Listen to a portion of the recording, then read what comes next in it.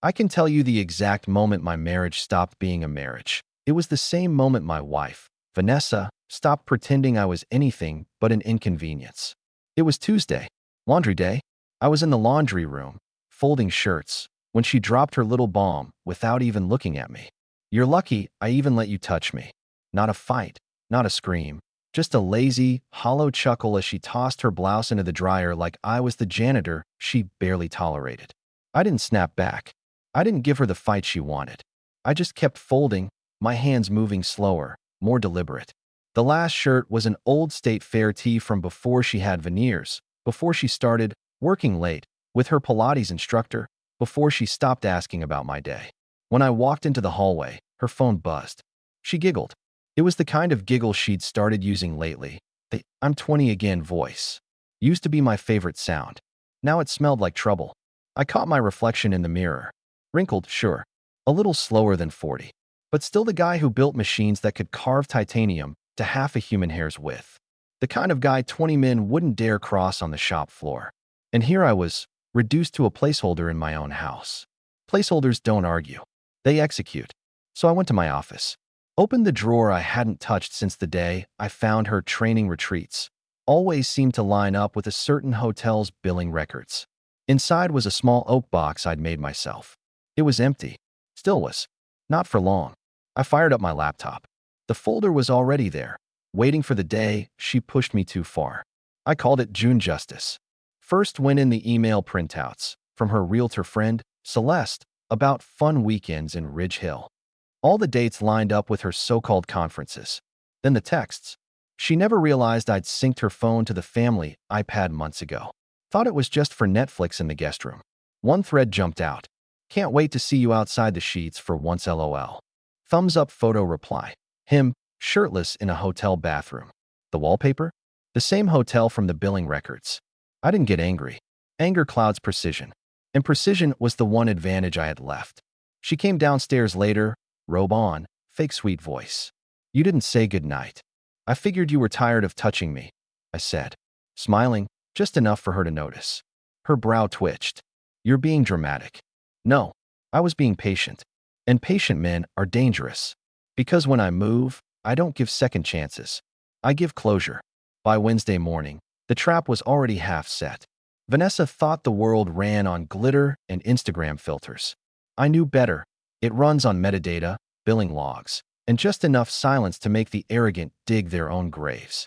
She thought she was being clever. She forgot I designed systems for a living. Before she left for her early client breakfast, I handed her coffee the same way I had for 17 years, just the right cream. No sugar, lukewarm, so she wouldn't complain it burned her tongue. She didn't notice me slip the small air tag into the lining of her tote. Big meeting today? I asked casually. She nodded, lips glossed and curled into that same fake grin she gave to people at open houses. Client walkthrough. Shouldn't take long. The Burstone Hotel wasn't exactly a walkthrough. While she drove, I watched the little dot move across the city from my office computer. She had no idea. Vanessa still thought Bluetooth was a brand of toothpaste. At 11:42 a.m., she checked into the Burstone. Room 314. I knew because I called the front desk an hour earlier under a fake name, inquiring about room availability and whether a Mr. Darren Langford had checked in. Langford was her contractor, the same one she swore only fixed our deck. Apparently, now he was hammering a different kind of wood. The receptionist told me he had indeed arrived early and would be staying until Thursday. Interesting.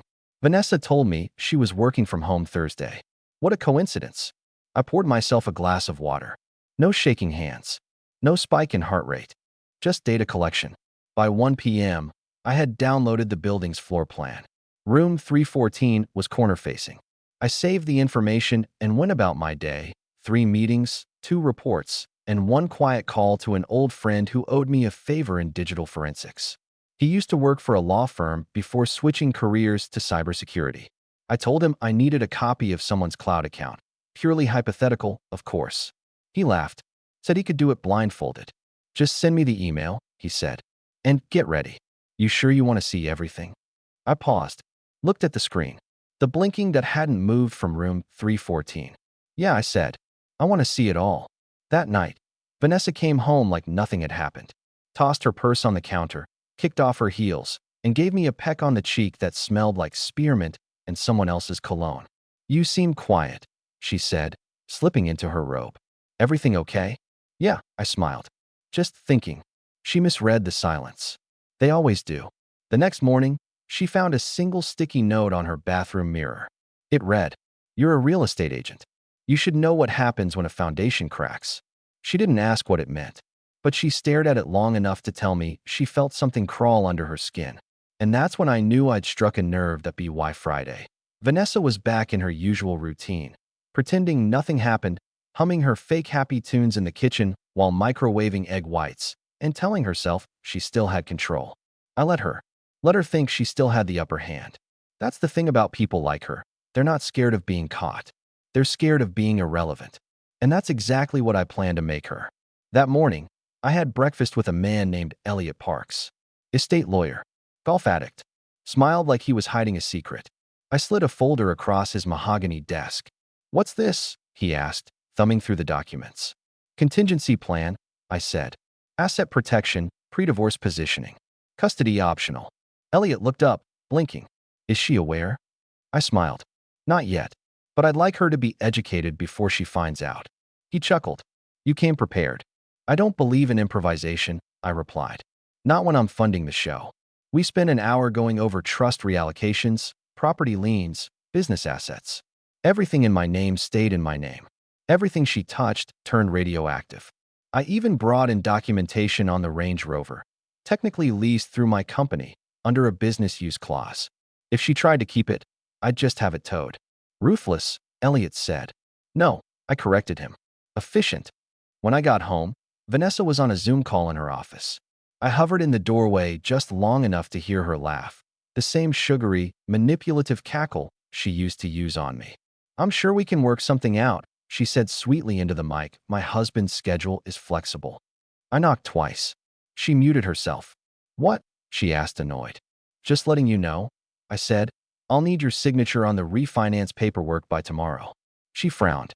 "Refinance?" I nodded. "Rates dropped. I want the house solely under my name to leverage business equity." She waved her hand dismissively. "Fine. Just leave it on the table." She didn't ask questions. That was her first mistake. That refinance gave me full leverage on the house. Legally, by Monday, she'd be living rent-free in my home. That weekend, I played it cool. Did yard work. Cleaned the grill. Took photos of the patio furniture she'd insisted we buy from some influencers' summer edit. Little did she know, I had a buyer already lined up through a silent auction app. Vanessa spent Saturday afternoon running errands, which apparently now included a 2-hour detour at a spa that shared a back wall with the Burstone Hotel. I didn't track her this time. I didn't need to. When you give a liar enough space, they decorate it with their guilt. By Sunday night, she came back giddy, flushed, like someone who had eaten dessert before dinner and thought no one saw. She plopped onto the couch next to me, scrolling through Zillow on her iPad.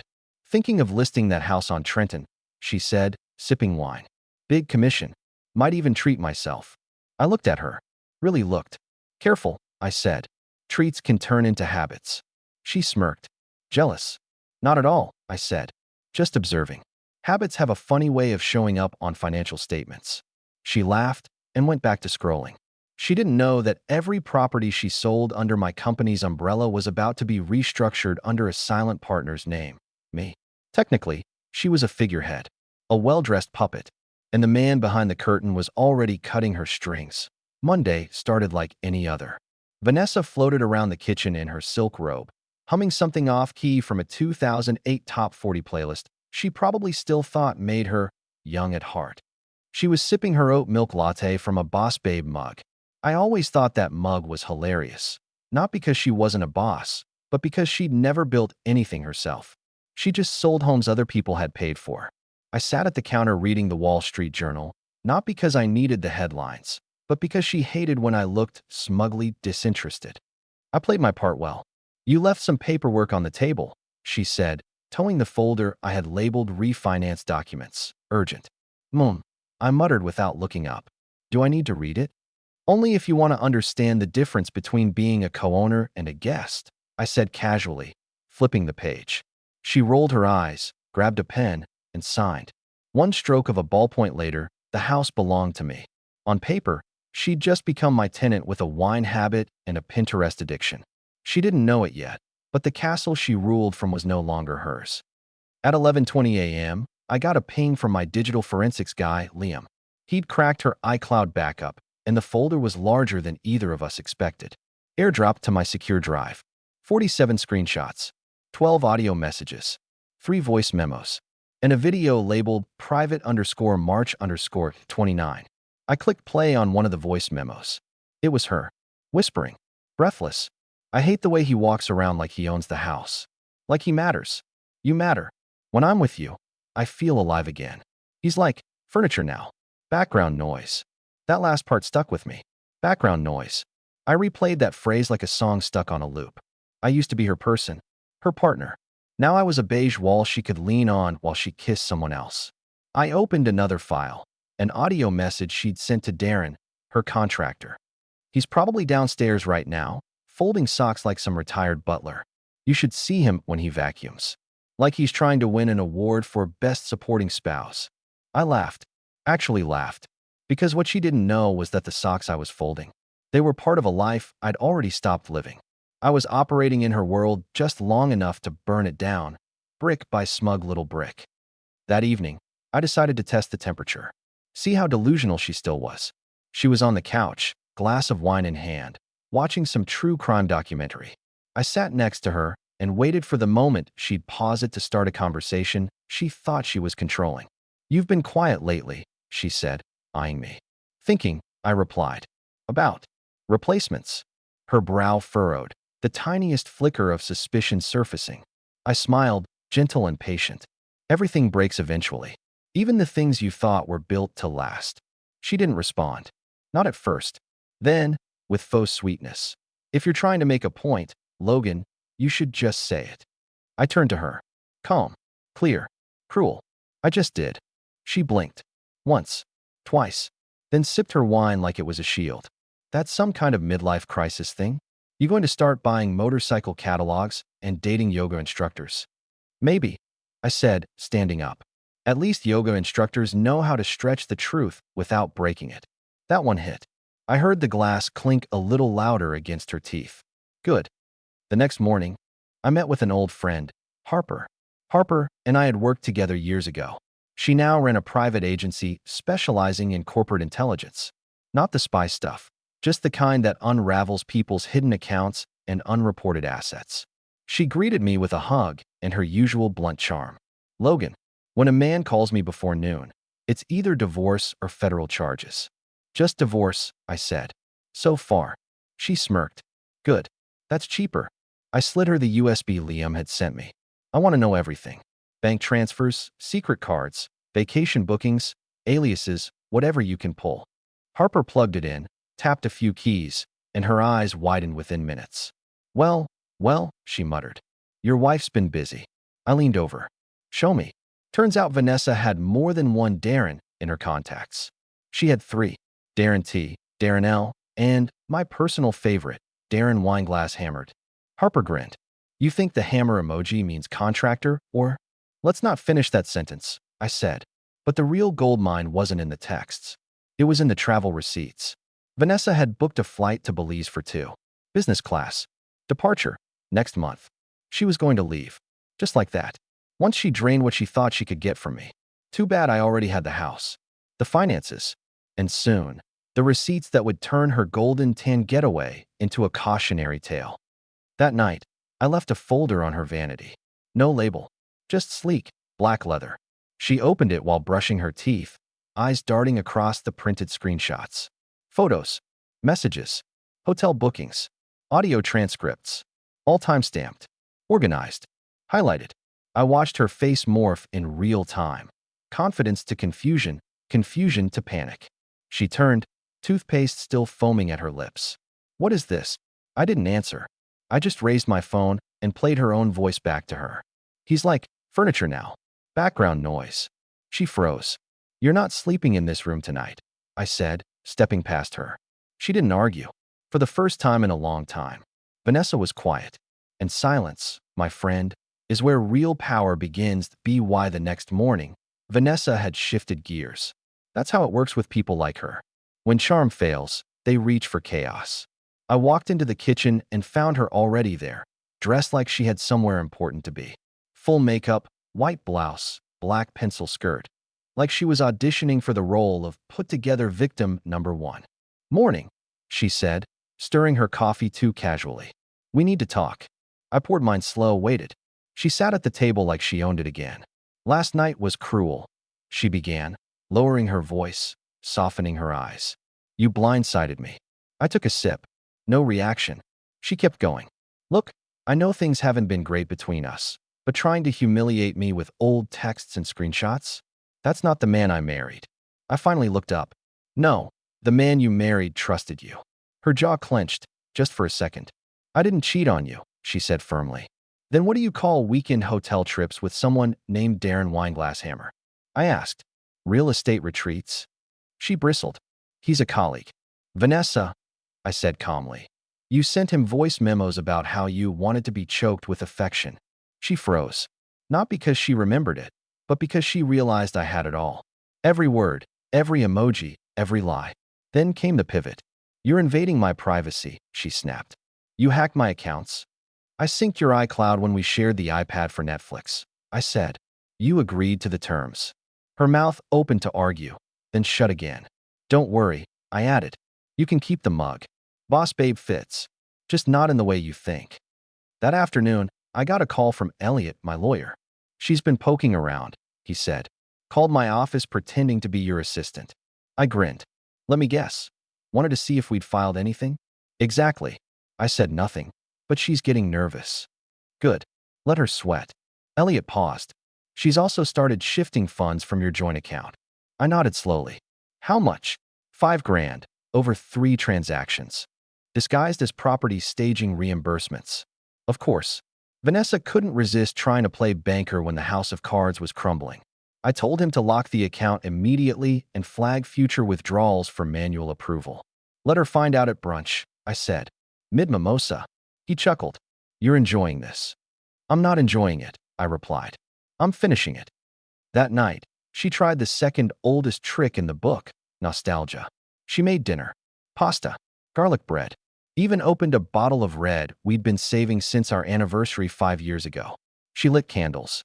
Wore that soft green sweater she used to live in when we were still happy. "Thought we could talk," she said sweetly, gesturing to the table. I looked at the spread. Looked at her. Then sat down. She poured 2 glasses. "I miss this," she said. "Don't you?" I didn't answer. Just took a bite of the pasta. It was good. She hadn't cooked in weeks. Months, maybe. She used to joke that Postmates was her real husband. Now she was playing house again. Adapting. Plotting. "You know," she said softly. "Maybe this all just got too routine. Maybe we lost track of each other." I nodded. "Maybe." She reached for my hand. "We could try again." There it was. The Hail Mary. One last swing at the loyalty she assumed I still had. I leaned back. Let the silence thicken. "You know," I said finally, "this meal is the most effort you've put into our marriage in 3 years." Her hand froze midair. "And still," I added, "I can taste the manipulation more than the rosemary." Her smile faltered.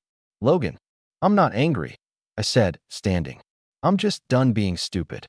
She watched me walk away. The wine sat untouched at my seat. The candle flickered like it was losing its nerve. Tuesday morning, her claws came out. I got an email at work from Human Resources. Anonymous tip had come in accusing me of using company systems for unauthorized surveillance. Attached was a vague, poorly written claim. Something about privacy violations, toxic work culture, and misuse of company property. Cute. Amateurish. Definitely Vanessa's work. I called our IT lead, Claire. She'd been with me 8 years and didn't tolerate nonsense. "Logan," she said, "this isn't even our format for complaints." It was submitted through a generic form link. Probably came from a VPN. I chuckled. "Let it sit. I want a record of how far she's willing to go." Claire snorted. "She's gonna look real dumb when we trace it." "Not if," I said. "When?" Then I texted Vanessa. "Nice try. Next time, spell surveillance correctly. Also, your VPN is leaking." No reply. Just that little iMessage delivered badge. Sometimes silence is better than a slap. That evening, I changed the locks. She came home from yoga, all zen and eucalyptus, and found the front door refusing to budge. "What the hell?" she shouted. I opened the door slowly, sipping tea like it was an old western. "You changed the locks? You live here," I said. "You don't own it." Her eyes blazed. "That's illegal." "Is it?" I asked. "You signed the house over last week." She stood there, breathing hard, ponytail frizzed, mat under her arm like a sword she couldn't swing. "Where's my stuff?" "Inside. Safe. Packed up and documented. You'll get a delivery schedule from my assistant." Her jaw dropped. "You packed my things." "No," I said. "A team did. I have photos of every drawer." "Logan, you've lost your mind." "No," I said calmly. "I've finally found it." That night, I opened the window in the office and let the cool air wash in. Vanessa was gone, for now, likely licking her wounds somewhere dramatic. Maybe Darren's couch. Maybe her sister's spare room. Didn't matter. I poured a drink, sat at my desk, opened the file labeled closure. It had one item left to upload. An edited video. Her voice memos, spliced with footage from hotel security. Time-stamped. Synced. Narrated. Polished. Scheduled to go live in 3 days. Only one question remained. Would I publish it? Maybe. Maybe not. But the point wasn't revenge. It was proof. Proof that I didn't lose her. She lost me. And she never even heard the moment it happened. Because in her world, I was just background noise. Wednesday started quiet. Too quiet. That was the first sign. Vanessa wasn't one for silence. She was a noise machine. Heels clicking, phone chirping, endless calls to her sister, her friends, her clients. So when I woke up and didn't hear her passive-aggressively humming through the hallway, I knew she was planning something. I didn't have to guess. I just had to wait. By noon, she delivered her response. It came in the form of a thick, overly dramatized email forwarded to me by my legal team. Subject line: urgent, misconduct, emotional abuse, and financial control, Vanessa R. Attached, a full-page statement she had sent to my company's board, accusing me of systematic intimidation, unlawful surveillance, and, you'll love this, emotional manipulation via silence and psychological withholding. The kind of nonsense only someone who majored in TikTok therapy would believe. She also added a cherry on top, a claim that I was unfit for executive leadership due to unresolved trauma and control issues. It was a tantrum dressed in a thesaurus. I called Elliot, my lawyer. "She's trying to nuke your reputation," he said after skimming it. "No worries," I replied. "We gave her the matches." See, I'd already anticipated she'd go public. That's why I'd been seeding my side of the story, subtly. A few strategic leaks to mutual friends. A dinner with her former boss who still owed me a favor. An off-the-record conversation with a podcast producer I knew from grad school. You plant enough seeds, and the harvest arrives when you need it. By Friday, people were already asking her, "Is it true what he said about the iCloud backup?" And the best part? I hadn't said a word publicly. Because when you build a reputation on restraint, your silence says more than her shouting ever could. Friday night, she made her next move. Bigger, bolder, desperate. She came by the house. Hair curled, full face of makeup, dressed like she was on her way to seduce a real estate investor. She rang the doorbell with the confidence of someone who still believed the script was hers. I opened the door halfway. "Logan," she said sweetly, "we need to talk." "You've been doing a lot of that lately," I replied. "Mostly to HR departments and lawyers." She didn't flinch. "Let me in." "I don't think so. This is still my home." "No, this was your stage." I pulled the curtain. She stepped back, smile fading. "Fine. Then you should know, Darren's suing you." I almost laughed. "For what?" "Losing his sugar mama. He's claiming defamation. Says you're spreading lies to sabotage his business." "Vanessa," I said. "His business was installing patio decks. His biggest client was me. He hasn't touched a drill since you touched him." Her jaw tightened. "Oh, and tell Darren if he sues me, I'll happily subpoena his bank records. Let's see how he explains the $4,800 transfers from your company card marked lunch meetings." Her mascaraed eyes flickered. "You've always been good at pretending you're in control," she said, voice thin. I tilted my head. "And you've always been good at pretending you're the victim. Now here we are." Then I closed the door.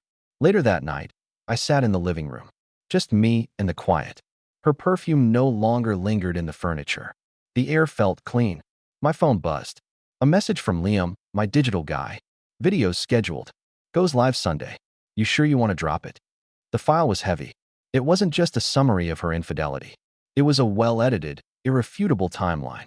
No drama. No slander. Just receipts. Voice memos. Text threads. Calendar invites. GPS logs. Each piece locked in with dates, locations, and a voiceover calmly explaining the sequence of events. It was a dossier, not a meltdown. I stared at the screen. A part of me wanted to hit cancel, to walk away, be the bigger man. But then I thought about all the lies, the condescension, the smugness, the way she smiled at me while walking toward someone else's arms. She wanted a public scene, so I gave her a documentary. I texted Liam back. Let it drop. Then I closed the laptop. I wasn't angry. I wasn't even satisfied. I was clear, like the storm had passed and left behind a sharpened version of me. The kind that doesn't chase closure. The kind that builds it, polishes it, and mails it to your doorstep with tracking. Sunday came. The video went live at 10 a.m. By noon, her Instagram was quiet.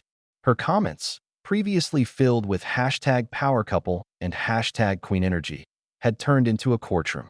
Girl, is this real? This the same Darren you said was your contractor? Wow, you did all that. By 3 p.m., she deleted her LinkedIn bio.